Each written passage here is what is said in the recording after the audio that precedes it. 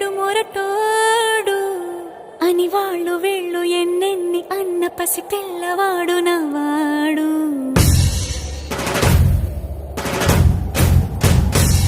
వీడు ముండోడు అని ఊరు వాడ అనుకున్న గాని మహారాజు నాకు నవ్వాడు.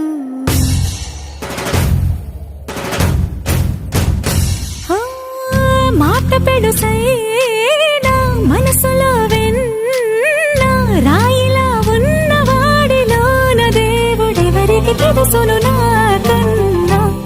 సూసేకి అగ్గిరవ్వ మాదిరే